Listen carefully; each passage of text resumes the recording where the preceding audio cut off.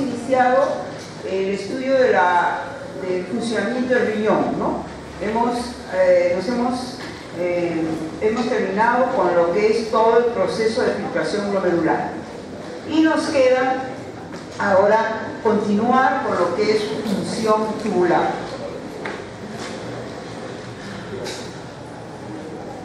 Función tubular.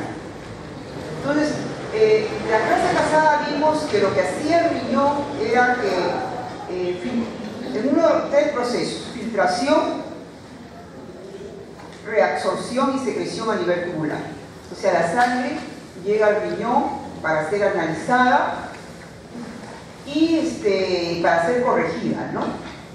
Para que el riñón pueda cumplir uno de sus funciones, como es mantener la homeostasis del medio interno, que también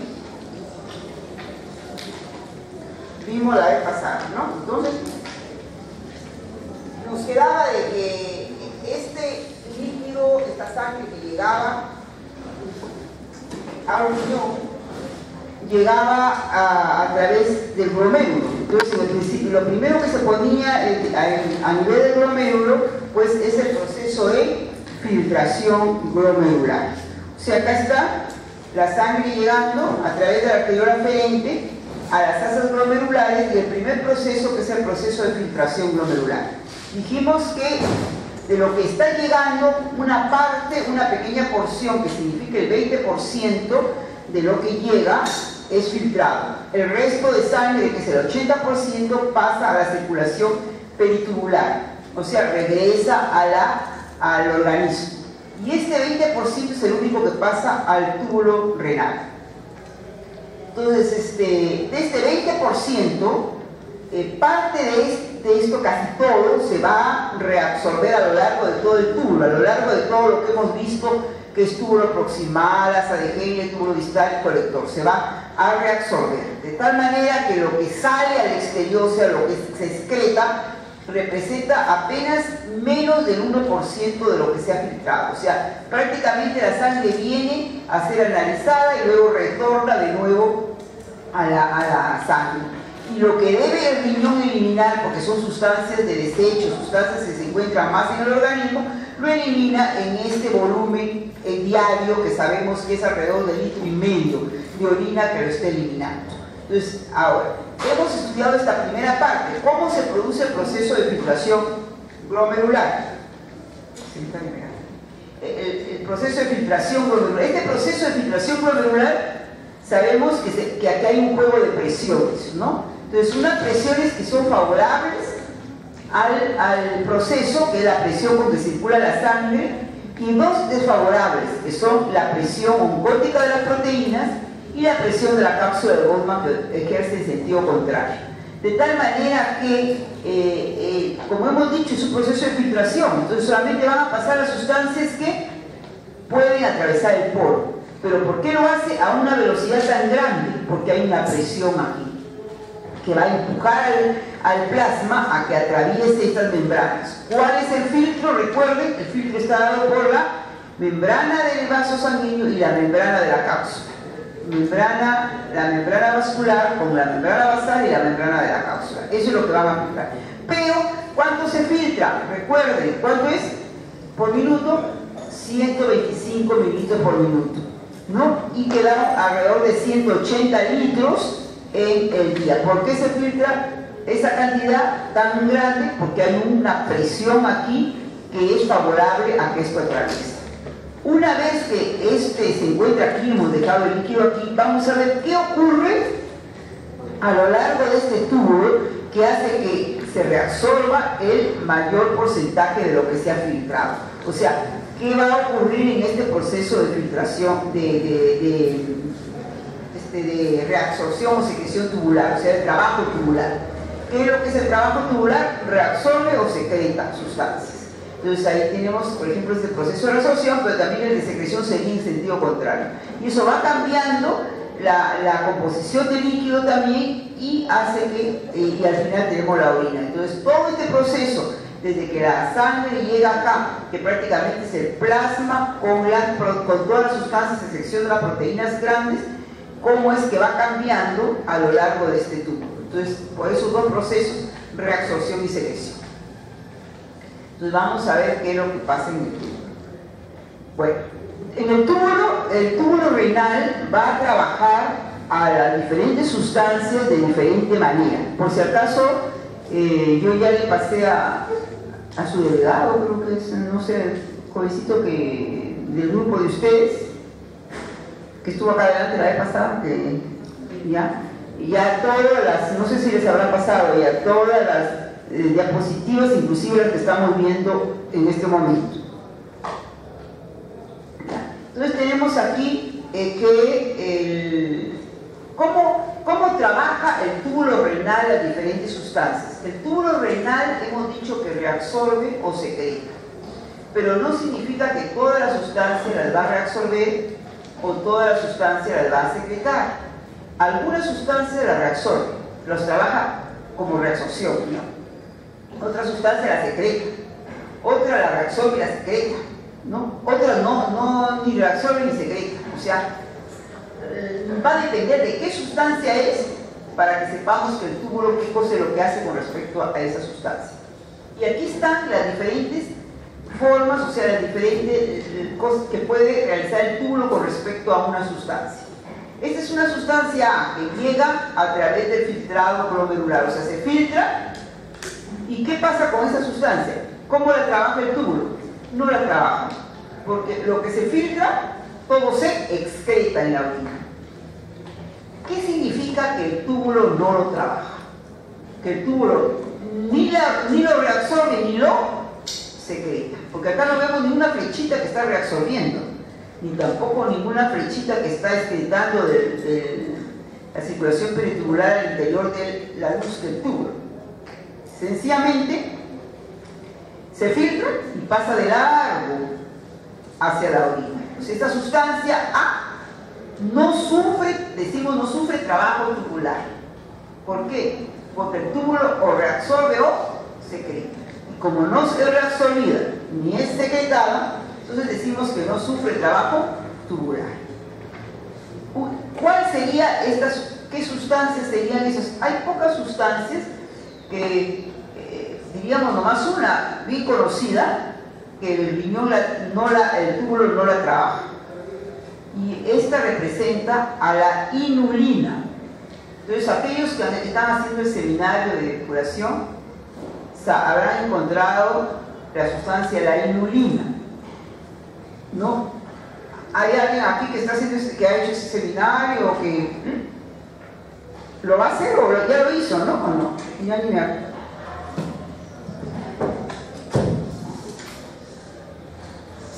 ¿Hay alguien? ¿Sí? A ver. No hay nadie que ha hecho o va a hacer el seminario de depuración. O sea que los que están haciendo el seminario no vienen. Bueno, ahí se puede saber a quiénes son los que no están acá. Porque ya sé que el grupo de seminario no está acá. Bueno, entonces los que están trabajando el seminario, o que lo han trabajado, no sé si, creo que les toca el jueves, ¿no? Ya. Entonces, habrán encontrado la inulina. La inulina, que es lo que con la inulina mide la tasa de filtración glomerular. O sea, la depuración de la inulina nos sirve para medir la tasa de filtración glomerular, o sea, cuánto el riñón filtra por minuto. ¿Por qué es que esa sustancia y no otra nos mide? Precisamente por esa propiedad que tiene de no ser trabajada por el túbulo renal. Los datos se los van a dar, o sea, los pormenores se los van a dar en el seminario en grupo. Pero ya ustedes saben que la inulina, por esa propiedad de que no es trabajada por el túbulo renal, entonces mide la tasa de filtración glomerular. Entonces la inulina es una de las pocas sustancias que podríamos decir no es trabajada por el túbulo renal, ni se reabsorbe ni se secreta, solo pasa de lado. Acá tenemos otra sustancia, la sustancia B. ¿Cómo se comporta la sustancia B? La sustancia B se filtra, pero aquí vemos una flechita. Por lo tanto, parte de lo que llega, el túbulo renal lo reabsorbe para regresar a la circulación general, y otra parte lo pasa a la orina. O sea, parte se reabsorbe y parte pasa a la orina. Es la mayoría de sustancias en el organismo son trabajadas de esta manera, o sea que el riñón parte lo reabsorbe y parte los secreta. Quizás en algunos casos reabsorbe más que secreta, en otros al contrario, pero de alguna manera. Por ejemplo, tenemos el sodio. El sodio es una sustancia tan importante para el organismo que cuando se filtra todo él debe regresar al organismo, no perderlo. Por eso es que casi más del 99.5% es reabsorbido. Entonces casi todo se reabsorbe. Y ese menos del 1% menos que aparece en la orina. En la orina aparece menos del 1%, una pequeña cantidad porque todo se reabsorbe. El potasio también sufre reabsorción. Entonces, de la cantidad que llega, ¿qué pasa? El 85% se reabsorbe, o sea, se reabsorbe en menor cantidad que el sodio. Y en la orina entonces aparece aproximadamente el 15%. Más potasio tenemos acá, entonces aparece en la orina. Entonces, y este tercer grupo, ¿qué vemos? Esta sustancia C, ¿qué pasa con esta sustancia C? Se filtra y no aparece nada en la orina. ¿Por qué? Porque toda se reabsorbe. Entonces, este es un ejemplo de una sustancia que se filtra y todo se reabsorbe. Entonces, un ejemplo de esta, tenemos, ¿recuerdan una sustancia que se reabsorba totalmente y que no debe aparecer en la orina? ¿La qué? No escucho, la glucosa. La glucosa toda se reabsorbe y no aparece en la orina. Y en este caso la sustancia D, ¿qué pasa? Se filtra, imagínense, y hay secreción, o sea, la sustancia que pasa a la circulación peritubular sufre secreción, atraviesa en sentido contrario las paredes tanto del vaso como del túbulo renal y aparece en la orina. Entonces aquí tenemos sustancias que se secretan, como en el caso del para-aminohipurato, para-aminohipurato o hipurán con H, para-aminohipurato o hipurán. Entonces ese es el caso de la secreción. Entonces una sustancia puede ser trabajada por el túbulo renal, no puede ser trabajada, que no reabsorbe ni secretada, reabsorbida parcialmente, reabsorbida totalmente o secretada. Y veamos acá qué es la condición. Si una sustancia pasa de largo, quiere decir que todo lo que se filtra se excreta, porque no hay ni reabsorción ni secreción. Es decir, la masa total filtrada es igual a la masa total eliminada. ¿Dónde? En las sustancias que sufren que no son trabajadas por el túbulo renal. Si una sustancia sufre reabsorción parcial, quiere decir que la masa total excretada, o sea, lo que está en la orina, es menor que la filtrada. Y es igual a lo filtrado menos lo reabsorbido. Si una sustancia se reabsorbe totalmente, quiere decir que en la orina no hay nada, por lo tanto la masa total excretada es 0. Si una sustancia sufre secreción, quiere decir que la masa total excretada, o sea, lo que está en la orina, es mayor que lo que se ha filtrado. Es igual a lo que se ha filtrado más lo que se ha secretado. ¿Alguna pregunta, por favor? Porque están muy calladitos. Nada, todo quedó. Dale acá en la pregunta.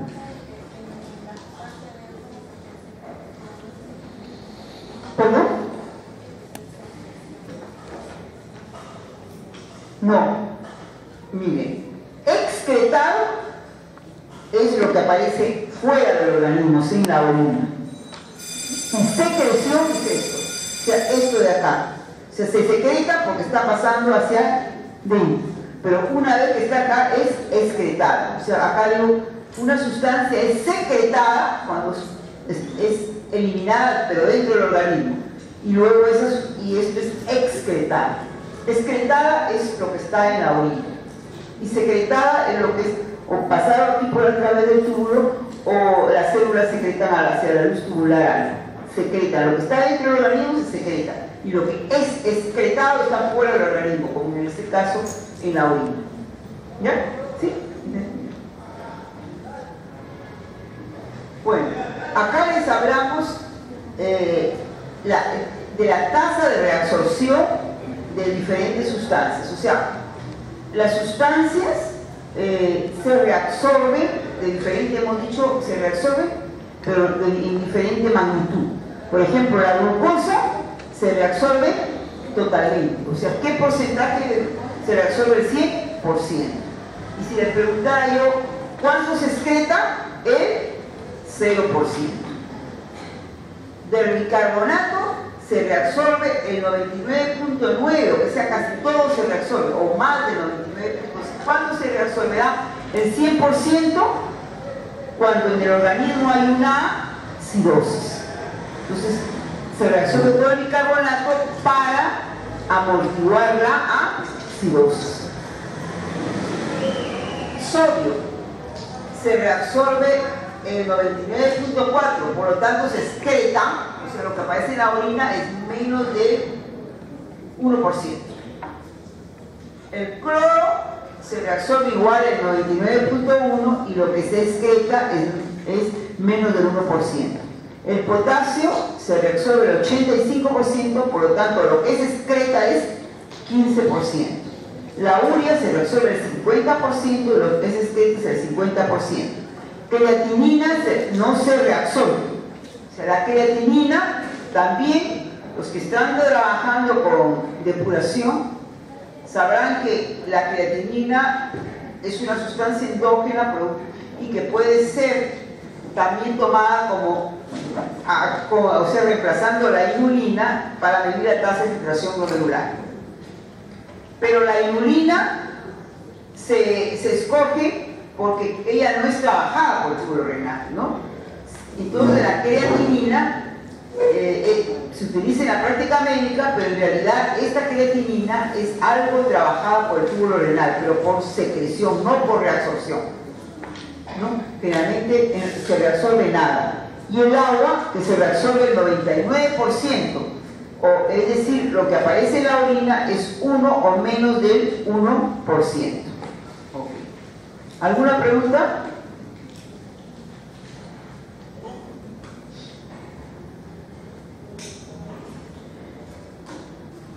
Bueno. Acá les hablo del transporte máximo de sustancias que sufren reabsorción activa. ¿Qué es el transporte máximo? O denominada, puede encontrarlo como el TM, una T mayúscula con una M minúscula, TM, transporte máximo. Hemos dicho que las sustancias o se reabsorben o se secretan. Y que estas sustancias que se reabsorben o se secretan estas sustancias pueden hacerlo por transporte pasivo, y generalmente lo hacen por transporte membrana. Indica que o es pasivo o es activo dependiendo de la gradiente de concentración y el lado hacia donde se transporta. Bueno, la mayoría de sustancias se transportan en contra de su gradiente, o sea, hay en el organismo, pero hay que recuperarlo. Por eso lo hacen por transporte activo. Ok. Entonces, hemos dicho, por ejemplo, la glucosa se reabsorbe totalmente. Entonces quiere decir que cualquier cantidad que nosotros le demos al riñón, ¿la va a reabsorber? No. Hay un tope. Para cada sustancia hay un tope de reabsorción o de secreción. Sobre todo en el caso de que esa sustancia se reabsorba, como lo dice aquí, por reabsorción activa. Porque hemos dicho, si es una reabsorción activa, ¿qué implica? Implica que va necesariamente a utilizar un transportador, una bomba, ¿no? Que le dé la energía necesaria a esa partícula para que pueda transportarse. Eso tenemos que tener en consideración. Bueno, entonces estas sustancias que se transportan, se van a transportar, tengo que pararme porque estoy sentada y ya veo que conversan, que pasan cositas. Mejor que cuando estoy parada los veo, solamente ya parecen chiquitos. Ah, la doctora está ahí, si no me están jugueteando, bueno. Bueno, entonces decía que el transporte máximo es lo máximo que puede reabsorber el riñón, o sea, reacciona una sustancia pero hasta cierto tope. Ese tope, ¿hasta dónde? Ese es el TM o transporte máximo. ¿Y por qué existe TM o transporte máximo? ¿Por qué no reabsorbe cualquier cantidad? No reabsorbe cualquier cantidad porque, como hemos dicho, esas sustancias se transportan por transporte activo. Por lo tanto, hay un determinado tope. Y este determinado tope está dado por la cantidad de transportadores que tiene la célula que transporta. Los transportadores no son sino proteínas de membrana. Entonces, cada célula tiene un determinado número de proteínas. Entonces, si yo, generalmente en condiciones normales, transportan una cierta cantidad, que es la que se encuentra en el plasma y que puede ser reabsorbida, pero todavía hay transportadores libres, ¿no? Si yo comienzo a subir la cantidad de la sustancia, bueno, entonces quiere decir que los otros que estaban libres sin trabajar comienzan también a trabajar, pero ya llega un momento en que todos los transportadores se saturan, ¿no? Todos están trabajando y si yo doy más cantidad de esa sustancia, ya no hay más trabajo, ya no pueden trabajar, entonces ya todos están trabajando, ya es lo máximo que puede transportar, todo lo demás ya pasa a la orina. Eso es lo que sucede con la glucosa, ¿no?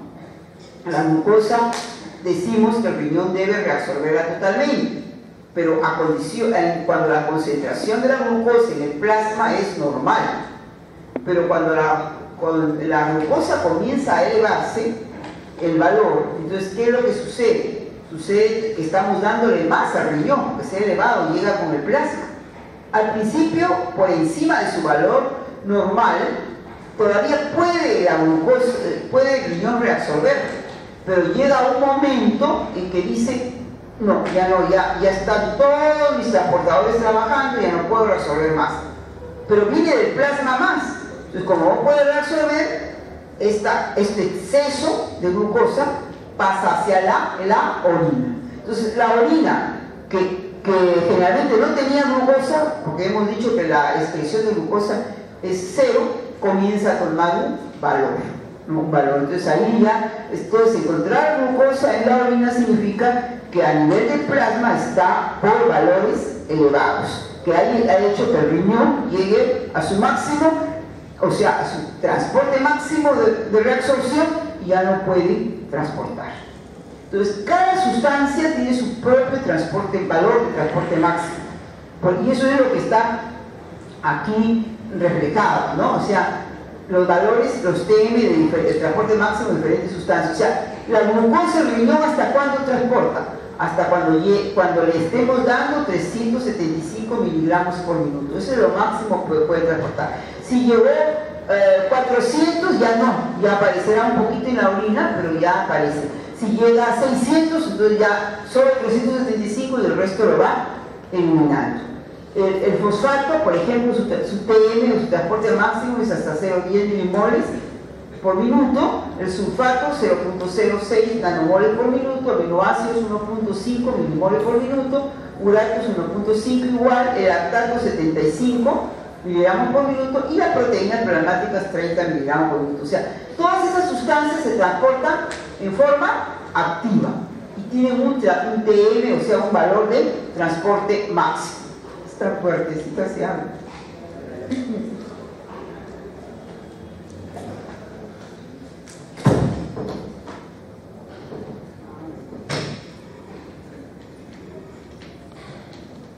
Bueno, ¿alguna pregunta?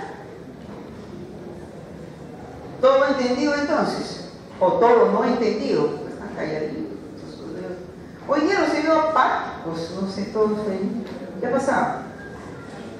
¿Qué sucedió? ¿Ya se están desanimando? En la última... ¿Qué pasó con ustedes? ¿Cómo van a propósito? Bien, me ha gustado ella, él me ha hecho así.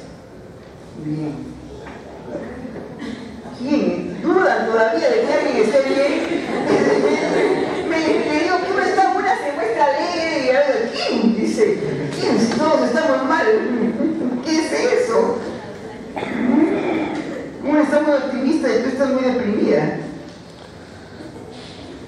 ¿Qué pasó, la mía? Ustedes tienen que aprobar sí o sí. ¿Sí qué? Ni modo, eso debió de serse, ese chico se debió de poner en su mente desde que comenzó el curso. Bueno, entonces, vemos que alguna pregunta, nada, ¿no? ¿Está bien? Ya. Entonces, el transporte máximo es el valor de transporte a nivel renal, ojo, no es a nivel renal, eso es lo que el riñón puede transportar, puede reabsorber hasta un máximo. Lo demás, hacia la orina. También hay transporte máximo en la secreción, pero en la secreción, lógico, quiere decir que ahora, la mayoría de sustancias se reabsorben, hay pocas sustancias que se secretan y prácticamente una sustancia conocida que no es trabajada nada por el túbulo renal, que es la inulina. Entonces, por eso es que allá en reabsorción tenemos bastantes sustancias y en secreción casi dos, ¿no? Que vemos acá. Pocos ejemplos. Entonces, hemos dicho que también hay un TM de secreción, o sea, un transporte máximo, solo que si el riñón no puede secretar, o sea, no puede eliminar, ¿dónde se va a quedar la sustancia? En el plasma, no va a ir a la orina, porque lo que no puede eliminar, entonces la cantidad en el plasma es donde se va a ir acumulando. ¿Cuáles son estas sustancias que tienen secreción? Es la creatinina, ya hemos dicho, entonces la creatinina no se reabsorbe, la creatinina se secreta, pero poco, 16 miligramos por minuto. Y el para-aminipurato, que les decía que es el ejemplo como de secreción de sustancia, al ácido para-aminipurato, cuyo transporte máximo es 80 miligramos por minuto, ¿no? Bueno, ahora, ¿qué sustancias no se transportan? Las sustancias que no necesitan transportadores, o sea, aquellas que difunden a través de la membrana, las que hacen por difusión, no difusión simple, ¿no? Entonces ahí, ¿por qué? Aumento la cantidad a un lado, sencillamente nomás difunde y aumenta, sigo aumentando y aumentando. Pero sin embargo, a pesar de eso, decimos que hay el sodio, a nivel del túbulo proximal, el sodio se transporta por transporte activo, por la bomba de sodio-potasio.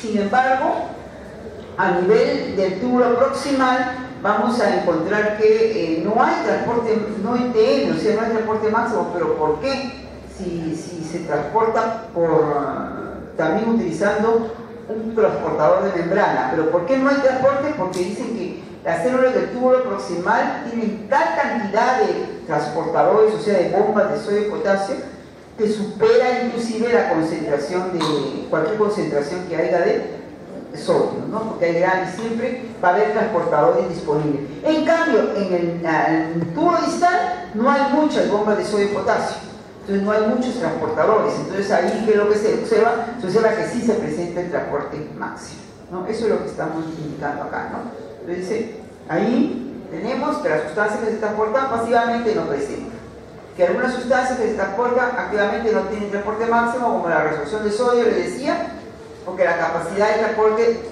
suele ser mucho mayor que la tasa real. Y en la distal sí hay transporte máximo. Vamos a pasar ahora. Bueno, entonces antes, veamos acá. Entonces ahora vamos a hacer una revisión de qué es lo que está ocurriendo a lo largo de todo el túbulo renal. O sea, vamos a ver qué pasa en el túbulo proximal, qué pasa en el asa de Henle, su rama descendente y su rama ascendente, qué es lo que pasa en el túbulo colector y qué es lo que pasa en el túbulo distal con respecto al transporte de sustancias que ocurren ahí y que van cambiando las características que ha llegado del plasma y va formándose la orina. Bueno, esto es lo que pasa en el túbulo contorneado. Uy, yo sea lo que sea, de todas maneras se habla. Es el fantasma. Túbulo contorneado proximal. ¿Qué dijimos la clase pasada con respecto al túbulo contorneado proximal? Al túbulo proximal. Son células grandes que generalmente trabajan mucho. O sea, la función del túbulo proximal es reabsorber la mayoría, el gran porcentaje, un porcentaje grande del plasma que llega para ser trabajado. O sea, su misión del túbulo proximal es recuperar el plasma con las sustancias que se encuentran ahí. Acuérdense que el plasma llega a ser analizado y llega a ser corregido, pero debe retornar de nuevo al organismo, o sea, a la circulación, porque si no se escaparía en la orina. Entonces, aquí, ¿qué parte del túbulo renal le compete esta función? La función de reabsorción de las sustancias que están en el plasma y el agua también, que es el túbulo proximal. Por eso es que el túbulo proximal son células desarrolladas con grandes mitocondrias y todo lo que hemos visto. Bueno, aquí está. Efectivamente, vemos aquí las células del túbulo proximal y esta es la parte que se denomina la membrana. Una célula del túbulo tiene dos partes, ¿no? La luminal, que va hacia la luz tubular, o sea, este es el vacío donde se está formando la orina que viene del filtrado, y la parte posterior, que es la basal, y esta es la lateral. Generalmente el comportamiento es membrana luminal y membrana vasolateral, y cumpla esto, ¿no? Acá está lo que rodea el túbulo renal, el espacio, que es el intersticio, y este es el vaso sanguíneo, o sea, la circulación peritubular, lo que está rodeando hacia el túbulo. Entonces ahí tenemos que esto es lo que viene del filtrado. Hemos dicho, la mayoría de sustancias que vienen del filtrado se reabsorben. Por ejemplo, aquí está reabsorbiéndose glucosa, se está reabsorbiendo aminoácidos y se está secretando fosfato. Pero todo esto se está reabsorbiendo además también, ¿qué? Sodio, ¿no es así? Sodio con glucosa, sodio con aminoácidos, y sodio se está reabsorbiendo y se está secretando fosfato. Es decir, todo lo que se ha filtrado aquí, la glucosa sabemos que se reabsorbe totalmente a nivel del túbulo proximal. Los diferentes aminoácidos que están reabsorbidos. Y esta reabsorción ocurre en dos pasos, ¿no? Primero, la reabsorción de lo que es el lumen tubular, atravesando la membrana luminal hacia el interior de la célula. Y luego, del interior de la célula, atravesando la membrana basal al intersticio. Del intersticio tiene que atravesar de nuevo la membrana del vaso sanguíneo y aquí llega a la sangre. Entonces, miren, son varios pasos que tiene que dar la sustancia para poder ser reabsorbida.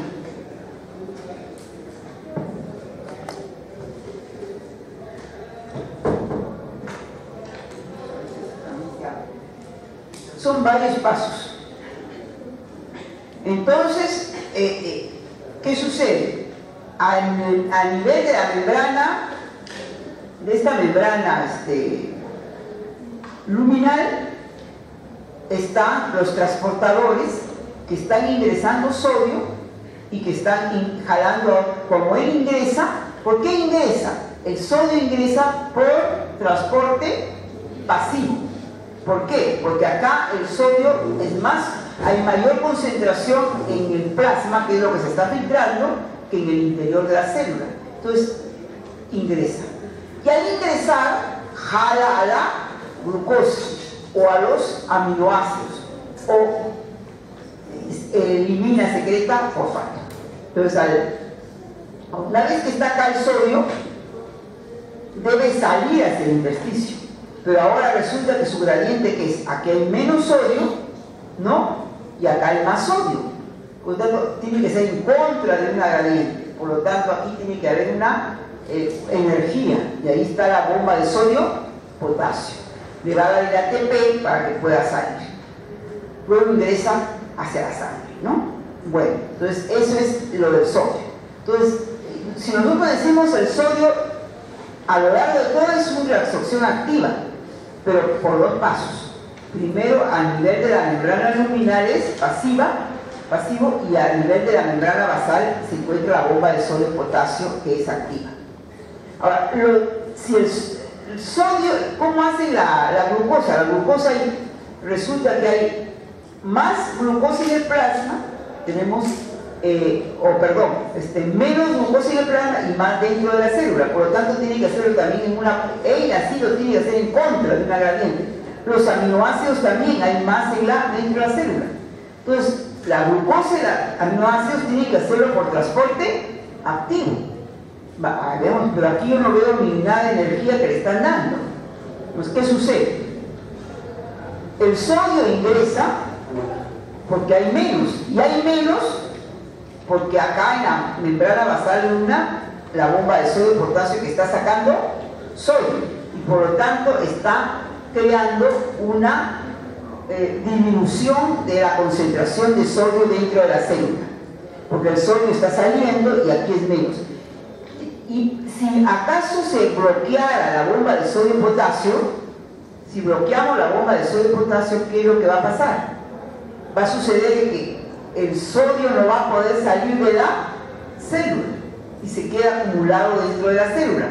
Por lo tanto, si hay más sodio dentro de la célula, ya el sodio no ingresará en la membrana luminal y por lo tanto tampoco ingresará la glucosa ni los aminoácidos. O sea, que la reabsorción de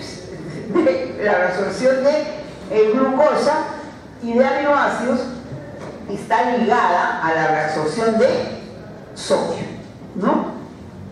Depende indirectamente del transporte activo. Por eso se llama que la glucosa, los aminoácidos están reabsorbiéndose en la membrana luminal por transporte activo secundario. No es un primario porque no le estamos dando la molécula de ATP a estas sustancias, sino es un transporte secundario, ¿no? ¿Por qué? Porque si bloqueamos esto, bloqueamos el sodio y tampoco se reabsorbe glucosa ni aminoácidos. Entonces, al bloquearse el sodio, también indirectamente depende de la bomba de sodio-potasio, ¿no? Entonces, aquí y luego después acá, una vez que la glucosa, los aminoácidos están dentro, ¿cómo ingresan hacia acá? Bueno, el sodio sale por la bomba de sodio y potasio. Y los glucosa y los aminoácidos, acá está glucosa y los aminoácidos, lo hacen a través de difusión facilitada. La glucosa por los transportadores, los conocidos los GLU. ¿Dónde se encuentran los transportadores de glucosa? Se encuentran acá en la membrana luminal. Acá lo hacen ligado al sodio, pero acá se encuentran los transportadores de glucosa, también los aminoácidos a través de proteínas transportadoras de aminoácidos, también por difusión facilitada. Entonces, de esa manera, la célula del túbulo contorneo proximal puede reabsorber la mayoría de sustancias ligado a la reabsorción de sodio. Entonces, ahora, según diferentes autores, tenemos que en el túbulo proximal se reabsorbe entre 50 a un 75% de lo que sea del plasma y las sustancias que han llegado al riñón, ¿no? Es decir, imagínense, si consideramos lo que llega al riñón el 100% y si sería el 50% que se reabsorbe, nomás tenemos para que trabaje el otro 50%. Y si ha sido 75%, pues nomás nos queda 25% para que sea trabajado por las otras porciones. O sea, la mayor porcentaje de reabsorción ocurre a nivel del túbulo proximal. Ahora, la reabsorción se realiza tanto de agua como de solutos y en forma pareja, de tal manera que no cambia la osmolaridad. La osmolaridad que tiene el plasma sabemos que es de ¿cuánto? ¿Cuál es la osmolaridad normal del plasma?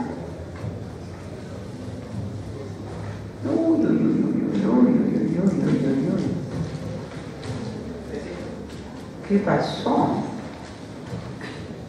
Mira, en la clase misma de no en esta segunda, sino en la primera clase, yo les preguntaba ya en el día jueves y rapidito me contestaban, ¿no? A 300 milosmoles por litro. Esa es la osmolaridad plasmática. Entonces, si se supone que se reabsorben solutos, podría disminuir la osmolaridad, o sea, cambiar la osmolaridad, pero no hay un cambio de osmolaridad porque hay reabsorción de solutos y reabsorción de agua, paralelo. Entonces, a lo largo de todo el túbulo proximal, la osmolaridad del túbulo proximal es la misma que el plasma, o sea, es isoosmolar. 300 milosmoles por litro.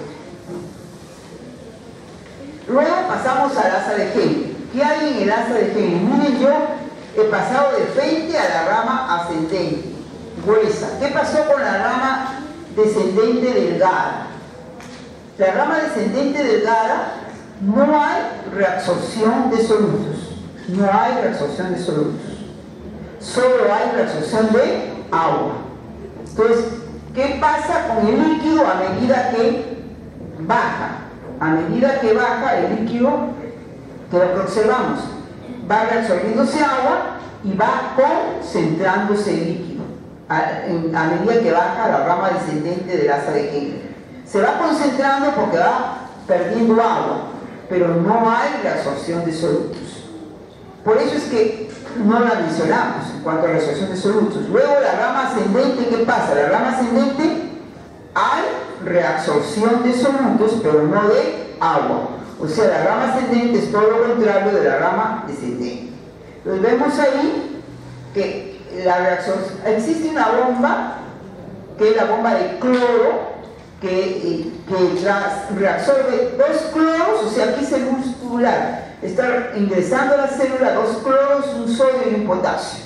O sea, eléctricamente esta bomba es neutra, ¿no? Porque está reabsorbiendo, o sea, no crea gradientes eléctricas, porque está reabsorbiendo 2 cargas negativas y 2 cargas positivas.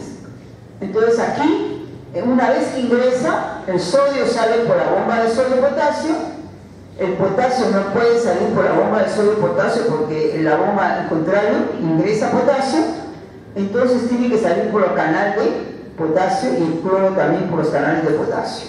Y así se reabsorbe sodio, se reabsorbe potasio y se reabsorbe cloro en la rama ascendente. Y aquí decimos es impermeable al agua. ¿Qué significa? Que no hay reabsorción de agua. Entonces, si no hay reabsorción de agua y vamos sacando solutos, quiere decir que se va diluyendo. Todo lo contrario de la rama descendente. La rama descendente va concentrando el líquido y la rama ascendente lo va diluyendo. Luego pasamos al túbulo contorneado distal. Entonces veamos qué pasa en el túbulo contorneado distal. En el túbulo contorneado distal encontramos 2 tipos de células. Tenemos acá las denominadas células principales y las células intercaladas. Esas células principales son similares a las que hemos visto en el túbulo proximal, en asa de Henle.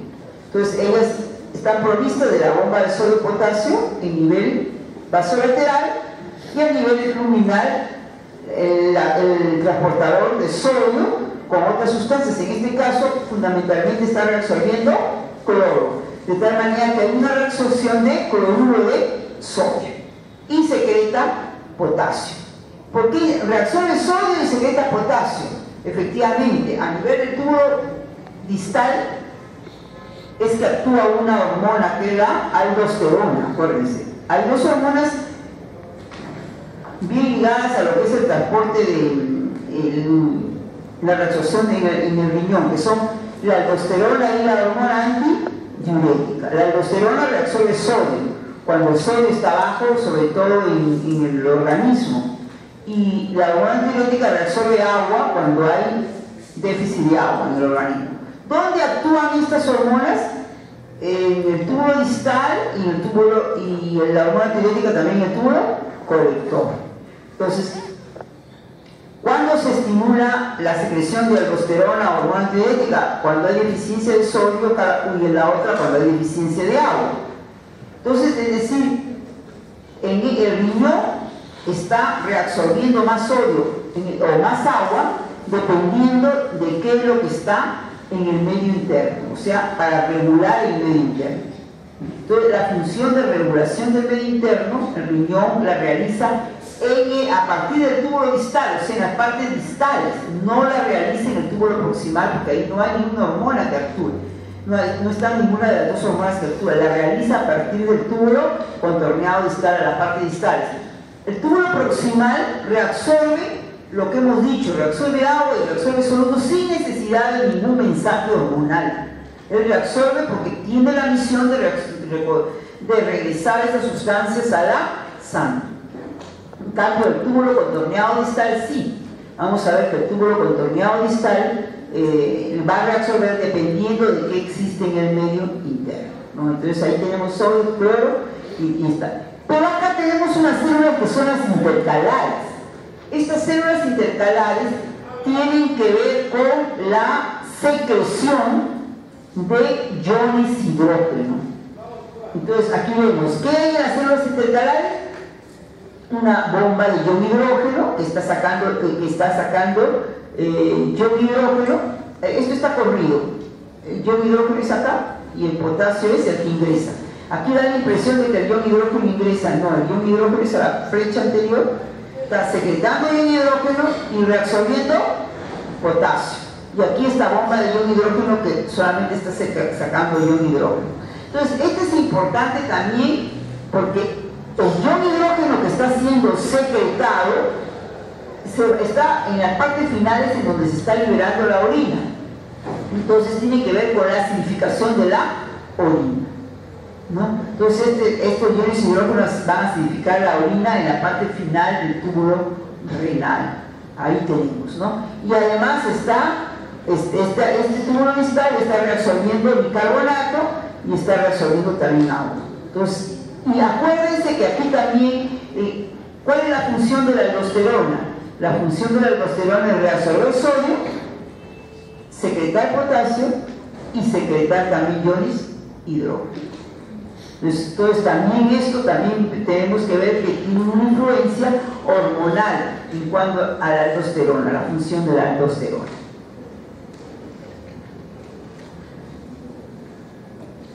Luego pasamos al final túbulo colector. El túbulo colector, recuerden, tiene dos porciones. Una porción que está en la corteza renal, porque el túbulo colector viene desde la corteza hasta el interior de la médula. Entonces hay túbulo colector cortical y túbulo colector medular, ¿no? ¿Y cuál es la función, sobre todo a nivel de la médula, de ese túbulo colector medular? La función es reabsorber agua dependiendo del estado del organismo. Si hay un balance negativo, va a reabsorber mucho más agua porque va a actuar sobre este túbulo la hormona antidiurética, ¿no? Entonces ahí vamos a ver la acción de la hormona antidiurética y va a reabsorber más agua. Entonces tiene que ver con la concentración. Al reabsorber agua está concentrando la orina. Por eso decimos que el túbulo colector tiene que ver con la concentración de la orina. Y también es, al igual que el túbulo distal, tiene dos células, tipo de células principales y las células intercalares. En las células principales se produce la reabsorción de sodio, la secreción de potasio y tenemos la bomba de sodio y potasio en la parte basal. Y las intercalares también están ligadas a la secreción de ion hidrógeno, solo que en menor magnitud. Miren acá, este es el túbulo distal que acabamos de verlo. La secreción de iones hidrógeno representa el 10%, mientras que en el túbulo colector es el 5%, ¿no? Porque en realidad su función principal es la reabsorción final del agua y la concentración de la orina. Ya. ¿Alguna pregunta?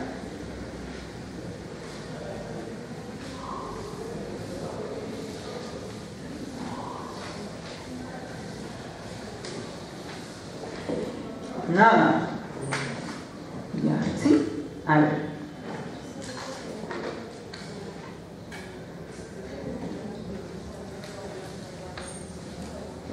túbulo proximal. Ya. Así es, tampoco hay secreción. O sea, si no hay reabsorción porque se bloquea, no va a poder funcionar. Entonces tampoco, también ni los mecanismos de reabsorción ni los mecanismos de secreción. Los mecanismos de secreción son pocos, porque más el túbulo proximal se relaciona con la reabsorción de sustancias, ¿no? Pero también se bloquearía todo, tiene razón. ¿Ya? ¿Alguna otra pregunta antes de pasar a la concentración y dilución?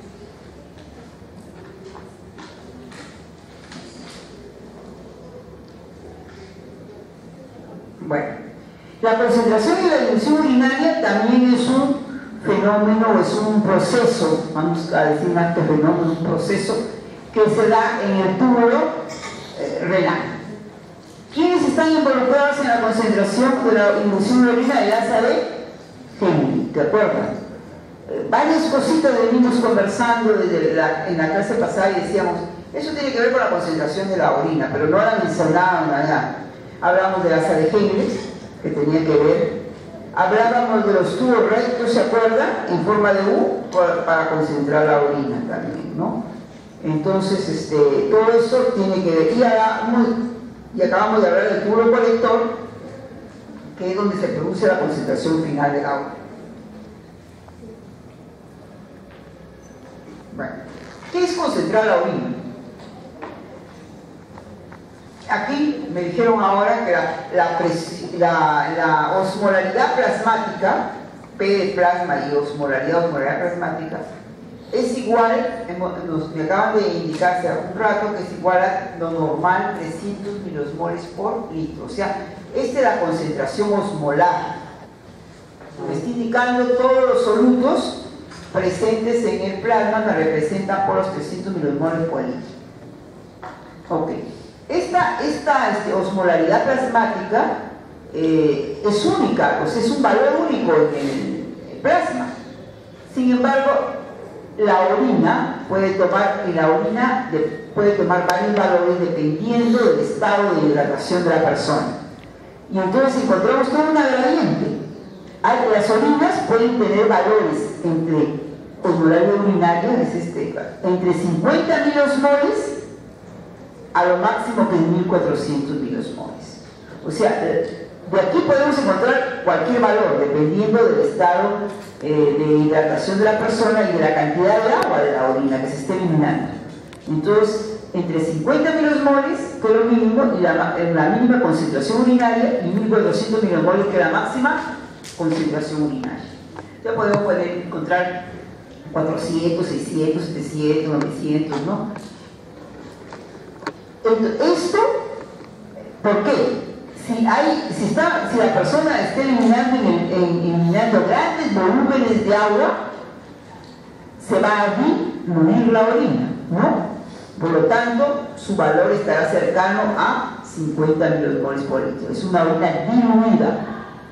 Pero si acaso la persona está en un balance negativo y está eliminando poca cantidad de agua en la orina, entonces estamos concentrando la orina. Entonces su valor se acercará a lo máximo, que es 1400 milosmoles. Por eso dice, entonces, ¿qué es lo que hace el riñón? A partir del plasma, de lo que le está llegando el plasma, tiene la capacidad de concentrar o la capacidad de diluir la orina. O concentra o diluye la orina. Todo esto es concentrar y diluir la orina. En varios valores. Entonces, eso. Ahora, ¿cómo hace para concentrar y diluir los procesos? Eso es lo que vamos a ver, ¿no? Bueno, antes de eso, me están diciendo que en el organismo, en el humano, la máxima concentración de la orina es de 1400 milosmoles por litro. ¿De qué depende? En primer lugar, que no es la misma que existe en otras especies animales, por lo tanto varía en las diferentes especies animales. ¿Y de qué depende? Depende de la longitud del asa de Henle. O sea, cuanto más larga es el asa de Henle, entonces tiene la capacidad de concentrar más la orina. Efectivamente, recuerden, cuando la orina ingresa a la rama descendente del asa de Henle, a medida que va bajando, va perdiendo agua. Por lo tanto, el líquido se va concentrando, ¿no? Pero, y la longitud en el humano es de tal manera que cuando llega a 1400 es la longitud máxima. Pero si tuviéramos asas de gel mucho más largas, la capacidad de concentrar sería mayor, ¿no? Porque más, si llega a 1400, si tiene más largo, podría llegar a 1800, 2000, 4000, ¿no? Si es más largo. ¿Quiénes tienen asas de gel muy largas? Los animales que viven en el desierto. ¿Por qué? Porque ellos necesitan concentrar más la orina para poder ahorrar más agua y vivir en condiciones escasas de agua. Entonces, por eso es que decimos que no es igual en todas las especies. Entonces, ellos a través del tiempo, a través de la evolución, han adquirido un mecanismo de defensa, ¿no?, de su organismo, y un mecanismo de adaptación genética ya, que todo tipo de adaptación implica cambios genéticos, en la cual ya se han adaptado a ese medio ambiente y pueden vivir sin necesidad de agua hace varios días, ¿no? ¿Por qué? Porque como hemos dicho nosotros, que la máxima concentración en el humano es 1400 milosmoles por litro, ¿no? Y para una orina de 1400 milosmoles por litro significa, como es la máxima concentración, le corresponde el mínimo volumen urinario. ¿Y cuál es el mínimo volumen urinario? En el humano es de 500 mililitros. Es decir, cuando una persona esté bien al extremo de no tener nada de agua diario, ingreso de agua, esté en un estado de deshidratación ya lo máximo, estará orinando diariamente alrededor de 500 mililitros. Y la concentración de esa orina será 1400 milosmoles por litro. Naturalmente, en esas condiciones los niveles de hormonas antidiuréticas serán muy elevados, ¿no? Porque esa es la que estará actuando, ¿no? En cambio, digamos, en otros animales, en los animales estos que les he dicho del desierto, que se han adaptado, ellos pueden concentrar más. Entonces, pueden concentrar hasta 6000, 8000 milosmoles por litro. Y no les corresponderá 500 mililitros, sino les corresponderá menos agua, porque están concentrando más. Entonces, pongamos a 6000 milosmoles, el volumen urinario serán 100 mililitros. Y los 100 mililitros los pueden obtener con el agua metabólica, ¿no? Entonces, no necesitan diario ingesta de agua. Pueden pasar varios días, sencillamente con su mismo metabolismo, le suple del agua. Que no, esa ventaja no la tenemos los humanos, ¿no? ¿Por qué? Porque el agua metabólica solamente nos da 200, 300 mililitros y orinamos lo mínimo 500, por lo tanto ya estamos en déficit, ¿no? O sea, en el humano no se puede dar el lujo, podríamos decir que está varios días sin tomar líquido, porque de todas maneras, desde el primer día comienza ya a afectarse, no pasan los días, entonces la cosa ya se va agravando, ¿no? Bueno, entonces la máxima, entonces ¿qué significa? La longitud de asa de gel es importante, porque ella va a determinar hasta dónde se va a concentrar la orina. Y este cuadrito es algo que le recuerda cuáles son los mecanismos cuando hay una deficiencia de agua. Yo les decía que mecanismo de sobrehidratación, que haya defensa, muy raro, porque el organismo puede eliminar orinas hasta de 20 litros en un día. Entonces, digamos, lo que sí existe en el organismo, mecanismos regulatorios para tratar de ahorrar agua. Entonces, cuando hay una deficiencia de agua, sea la razón que sea, o sea, una deficiencia de agua en el organismo que nos lleva a una deshidratación. ¿Por qué podemos llegar a la deshidratación? Porque estamos en un ambiente con temperaturas demasiado elevadas, que nos estamos eliminando por el sudor, todo, y no tomamos la medida de precauciones de ingesta de agua, ¿no? Cuando una persona está enferma y tiene un proceso febril con temperaturas elevadas, ¿no? Puede llevarlo a una deshidratación. Cuando tiene un proceso diarreico, ¿no? Que elimina demasiado también agua a través de la vía digestiva. Entonces, o cuando no toma líquido, porque se encuentra pues, en un sitio que no hay agua, ¿no? Como por ejemplo en el desierto. Entonces, todo eso puede llevar a una deshidratación. ¿Y qué significa? Disminución del volumen de agua del organismo. y por lo tanto, al disminuir el volumen de agua, está concentrándose. Si se concentra, quiere decir que la osmolaridad va a aumentar. Uno de ustedes me dijo hace un rato que la osmolaridad plasmática normal era 300 milosmoles por litro. Eso es lo normal, que es fijo. Entonces, quiere decir que si concentra, va a tomar valores por encima de 300 milosmoles por litro. Entonces, la osmolaridad aumenta. Entonces, eso es una alarma para el organismo, ¿no? Es algo que dice, ojo, mira, la osmolaridad está en déficit de agua. Ya hemos dicho, ¿qué es lo que sucede cuando hay situaciones de alarma? Alguien tiene que darse cuenta, y estos son los receptores. En este caso, ahí tenemos el mecanismo, los osmoreceptores.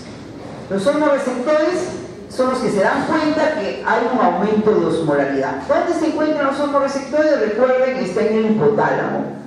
Por lo tanto, el hipotálamo es un tejido nervioso y eso implica que estas son células nerviosas. Estos son los osmoreceptores, los neuronas que vemos aquí.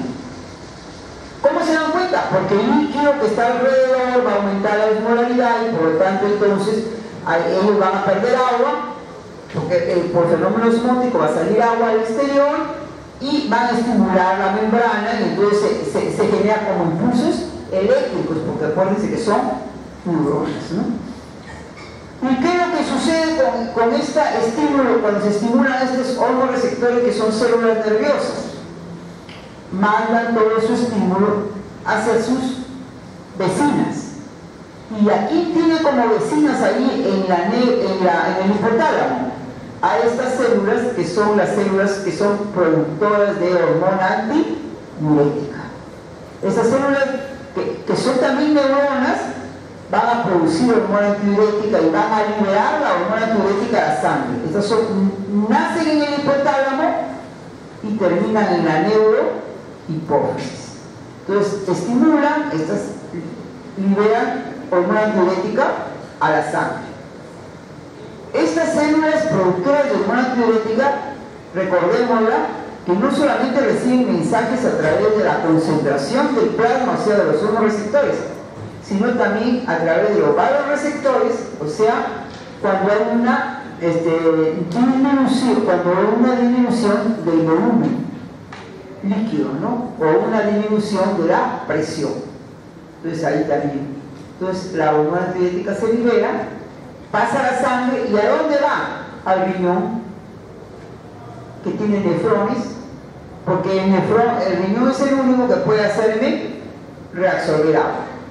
¿Dónde trabaja? Ya hemos dicho que no en el túbulo proximal, no en el asa de genes, sino en el distal y colector, porque hay receptores para la hormona antidiurética y estos receptores de hormona antidiurética pues van a ser estimulados y luego la célula del túbulo va a movilizar unas proteínas que se denominan las acoporinas para colocarlas en la membrana. Estas acoporinas son unas proteínas que tienen como una especie de poros, ¿no? Por donde cuando viene la hormona antidiurética, cuando funciona, si colocados ahí es como que si abriéramos poros en esta membrana del túbulo distal y colector, por donde va a pasar el agua, donde va a salir el agua del interior hacia el intersticio. Ese es el mecanismo que nosotros sabemos, ¿no?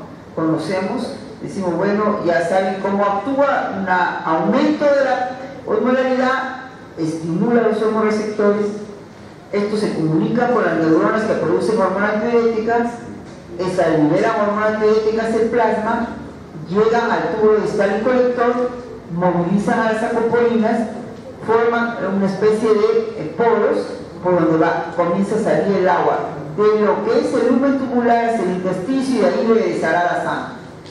Bueno, pero no es suficiente y necesario solamente eso. ¿Por qué? Es necesario que el riñón esté preparado, porque no es que llega la hormona antidiurética y coloca las acoporinas y de ahí sale. ¿Qué pasaría si fuera, o sea, en lo que rodea, en el intersticio, todo esto, y todo esto tuviera la misma osmolaridad que el plasma, o sea, 300 milosmoles por litro? Recuerden que yo les decía que en la corteza renal el intersticio tiene 300 milosmoles por litro, pero en la médula hay una gradiente de 300 hasta llegar a la parte interna, que es la máxima osmolaridad es de 1400. Y esa gradiente, ¿por qué se logra? Porque a medida que baja por el túbulo, por la rama descendente del asa de Henle, lo que estamos diciendo, se va concentrando. Y si se concentra adentro, obliga que también lo que lo rodea también se concentre, o sea, el intersticio también se concentre.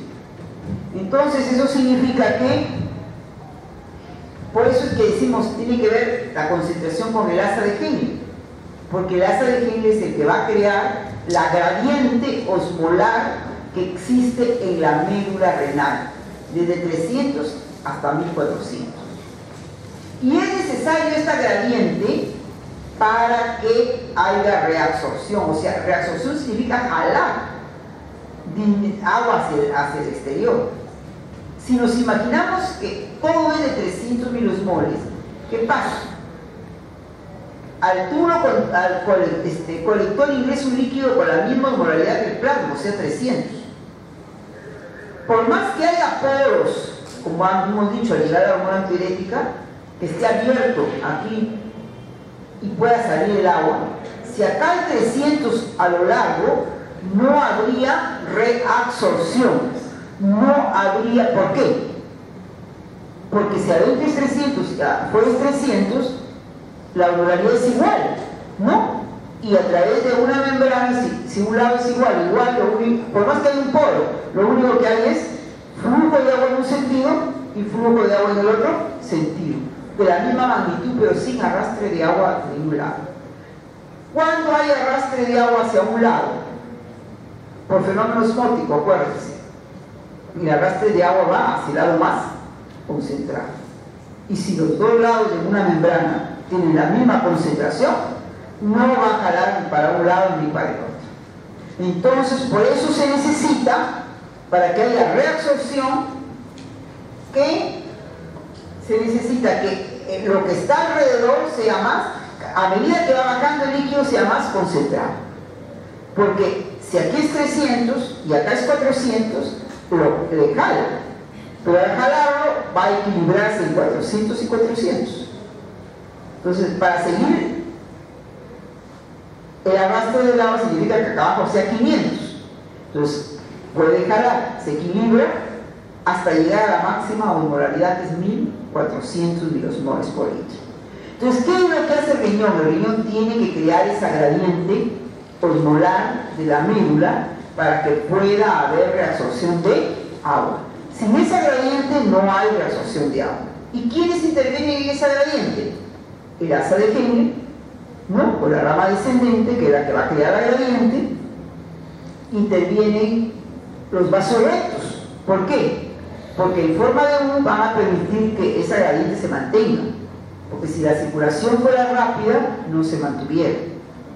Y van a intervenir el intersticio, naturalmente, que es el donde va a estar la gradiente, y va a intervenir el túbulo colector en donde se va a producir la reabsorción de agua, donde actúa la hormona antidiurética. Entonces vemos que el mecanismo de concentración de la orina interviene en varios factores, ¿no? Varios.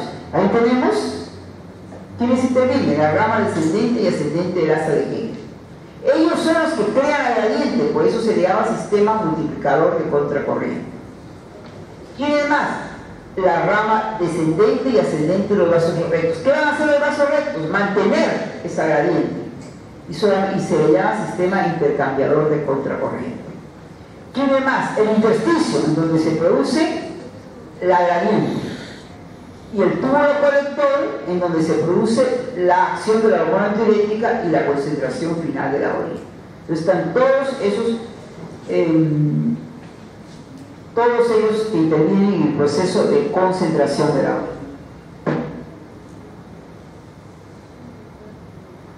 Y aquí eso que venimos así imaginándolo, vamos a verlo acá. Este es el asa de Henle, rama descendente y rama ascendente. Y este es un vaso recto en forma paralela. Esto es el intersticio, lo que rodea los vasos rectos, lo que rodea al asa de Henry y lo que rodea el túbulo colector. Entonces, ¿qué es lo que sucede? ¿Qué hemos dicho? El líquido que ingresa a la rama descendente del asa de Henry es un líquido con igual osmolaridad que el plasma, o sea, 300 milosmoles por litro. ¿Qué pasa con la rama descendente del asa de Henry? A medida que baja, pierde agua y no solutos, por lo tanto se va concentrando. Ahí tenemos, al perder agua va a 400, 600, 800, 1000, 1200, hasta 1300 en este ejemplo, que puede llegar hasta 1400. Y cuando asciende, ¿qué pasa? No pierde agua, pero pierde solutos, por lo tanto la osmolaridad va disminuyendo hasta un valor que inclusive es menor que la que entró, y con este valor es que va a entrar al túbulo distal. Bueno, ¿qué objeto tiene que dentro del túbulo aumente la concentración desde la corteza hasta el interior de la médula? El objeto que tiene es de que también el intersticio obtenga el mismo valor de osmolaridad que dentro, porque a través de una membrana nosotros sabemos que se mantiene siempre el equilibrio. Entonces, si aquí fue 600, va a obligar que acá también al interior, a esa misma altura en el intersticio sea 600. Si aquí es 1000, obliga que también en el intersticio sea 1000. O sea, ya tenemos un intersticio con una gradiente. Este intersticio con una gradiente, ¿de quién depende? Del asa de Henry. ¿Y para qué? Ahora, y esto es importante para la reabsorción. ¿Qué hace el vaso recto? Cuando está así, en esta disposición, permite que la circulación sea lenta y mantenga la gradiente. Esta es la misma de acá. Mantenga la gradiente. ¿Y cómo lo logra? Es que la formación de vasos rectos en forma de U permite que el agua que sale de un lado ingrese al otro y los solutos que salen ingresen al otro lado.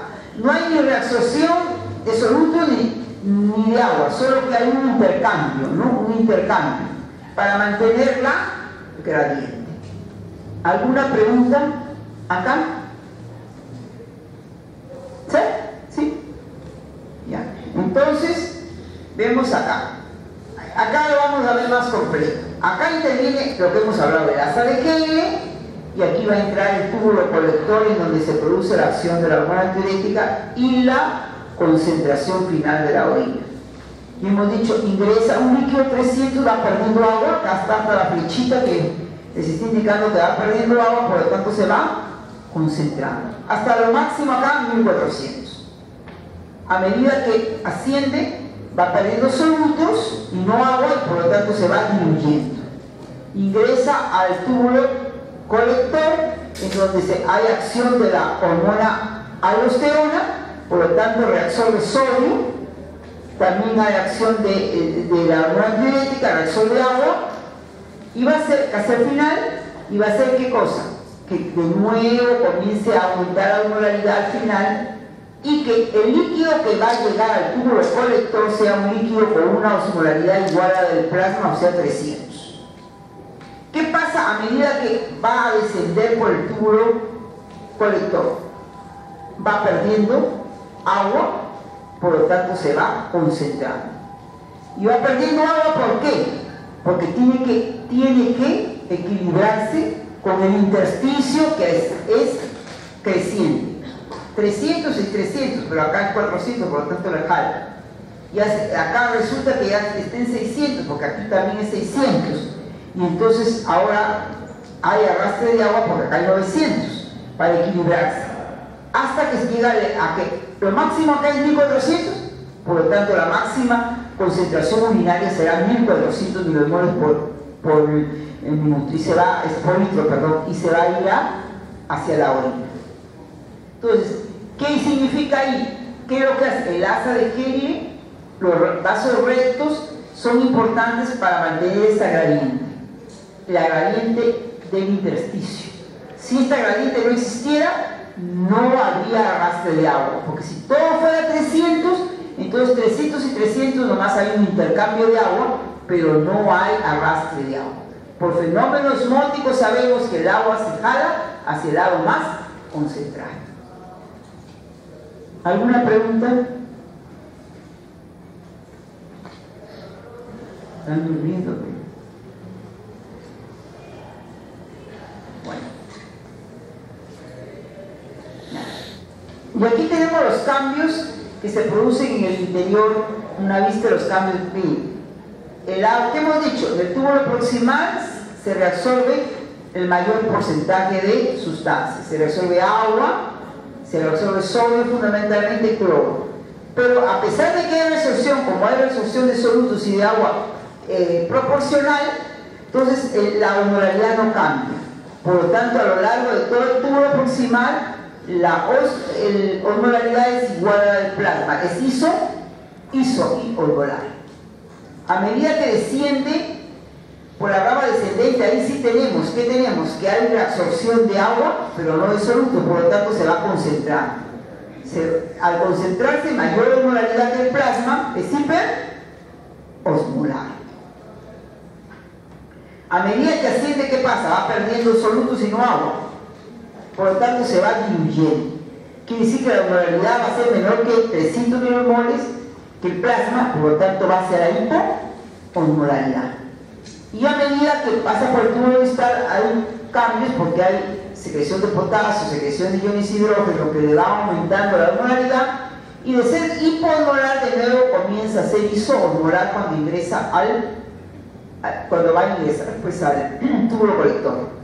Pierde sodio, acá puede ingresar potasio, y acá hay una sustancia que es muy importante que debemos saber, que es la urea. La urea se reabsorbe casi a los finales del túbulo colector.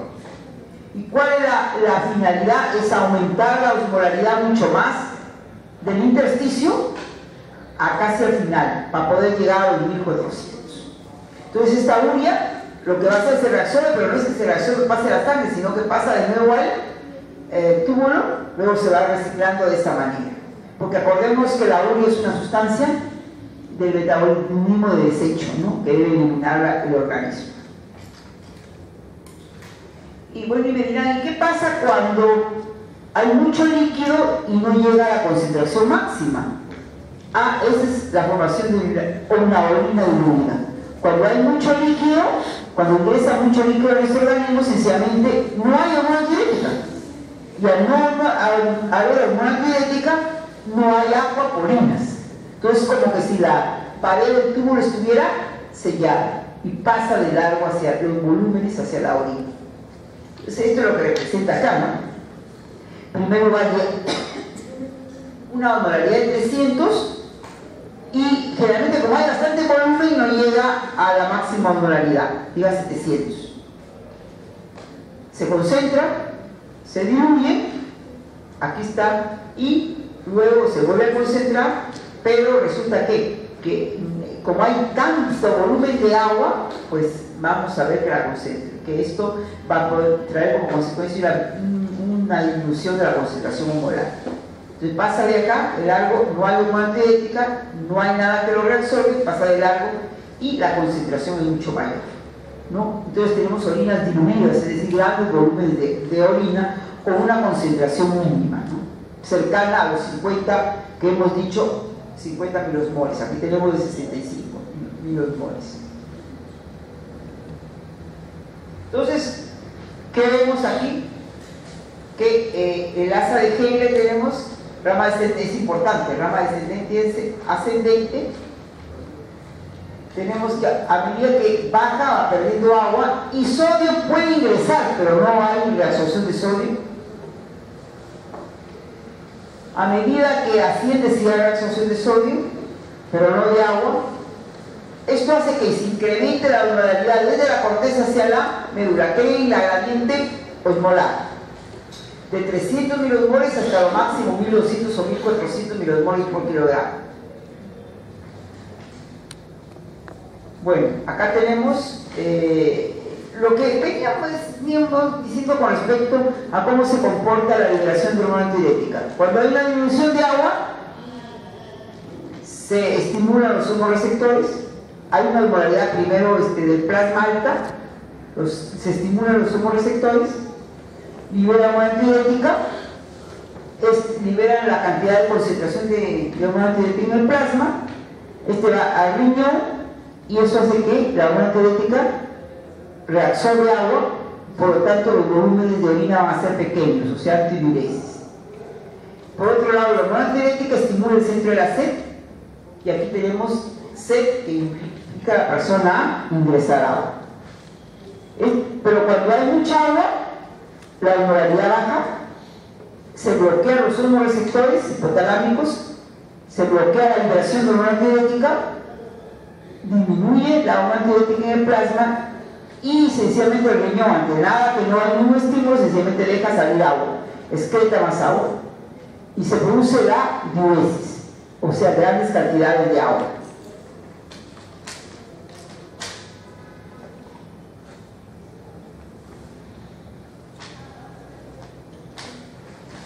Otro punto es el sistema de renina, angiotensina, aldosterona, ¿no? Lo han visto ustedes en cardio, lo han visto en endocrino. ¿Quién produce la renina? El riñón. ¿Dónde lo produce? En estas células. Células del aparato justaglomerular, las células mesanguiales. Entonces, ¿cómo? Y se produce ¿cuándo se produce esa renina? Cuando hay una caída de sodio. O también cuando hay una disminución del volumen de líquidos, o sea, el volumen del plasma. Entonces, ese es un estímulo para que, ¿y quién capta que hay la concentración de sodio? Las células de la mácula densa, que se encuentran aquí al inicio del túbulo distal. Entonces aquí se va pasando lo del filtrado. Si hay una caída de sodio, se da cuenta y le manda el mensaje a estas células para que produzcan renina. La renina sale de la sangre y actúa sobre una sustancia química que es producida por el hígado, que es producido, que es el angiotensinógeno, ¿sí está bien?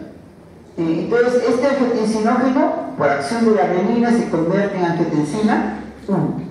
Esta angiotensina 1, como sabemos, no tiene mayores propiedades en sí, pero sí es el precursor de una sustancia con propiedades vasoconstrictoras, que es la angiotensina 2.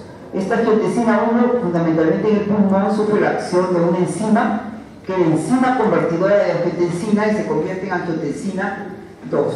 La angiotensina 2 va hacia las suprarrenales, la corteza suprarrenal, para producir la aldosterona, que hemos dicho que reabsorbe sodio. Como el estímulo fue una caída de sodio, ¿a dónde actúa la aldosterona? En el túbulo distal, aquí decimos, ¿no? Reabsorbe sodio y los niveles de sodio regresan a su normalidad. O en el caso, si incrementa sodio, también reabsorbe agua, ¿no? Y también incrementa el volumen sanguíneo, si es que ese fue el motivo por el cual se liberó la renina, ¿no? Por otro lado, como hemos dicho, la aldosterona reabsorbe sodio y secreta potasio. Por lo tanto, cuando hay grandes cantidades de potasio en el organismo, ellas mismas pueden estimular a la aldosterona para producir, estimular a las suprarrenales para producir aldosterona y que actúe la hormona. ¿Por qué? Porque se encargará de aumentar la liberación de potasio en el organismo. Entonces, es una manera de regular también los niveles de potasio.